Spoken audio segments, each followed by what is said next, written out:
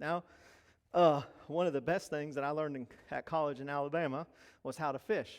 I know you was probably going to say economics or, you know it wasn't English because you already realized my English is very poor.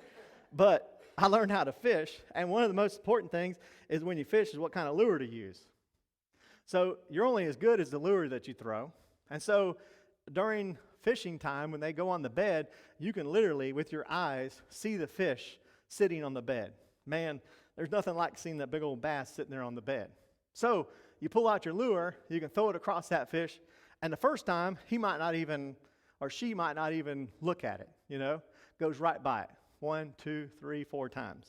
So what you do is you take that worm off and you put a lizard on there, or you put some sort of thing on there, and what happens is eventually that fish will look at it, will turn towards it, and then eventually, if you got the right lure, it will begin to trail it, and then it will go back to the bed, trail it and go back to the bed, and then if you're really lucky, when you throw it, that old fish will bite it, and when it bites it, you set the hook, and when you set the hook, you take that big old thing up to the dorm room and you brag about how big of a fish you catch, and then you fillet it up, and I don't eat it, but you let someone else eat it, and they talk about how good that fish was, and you talk about how you set the hook and how you used the lure, and now you got this big trophy fish hanging up on the wall. Now listen, the devil loves to catch trophy Christians. He loves it. He throws that lure, and he throws that lure, and he throws that lure, and he watches you. And he goes, there's a look.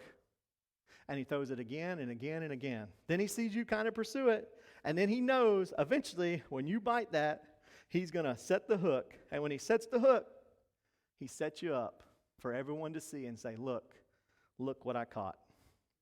And it all begins in our mind. When he draws us away from God, he stops God's purpose in our life, and he sets the hook.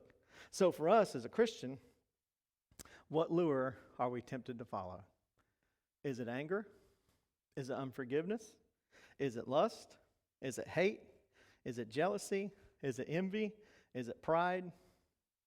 And when you see those lures, never forget there's a hook in every one of them. They may not look like it, but in every one of them, there's a consequence to pay. And one pastor said, you can choose your sin, but you don't get to choose your consequence. And unfortunately, sometimes it costs us a marriage. Sometimes it costs us a relationship with our kids.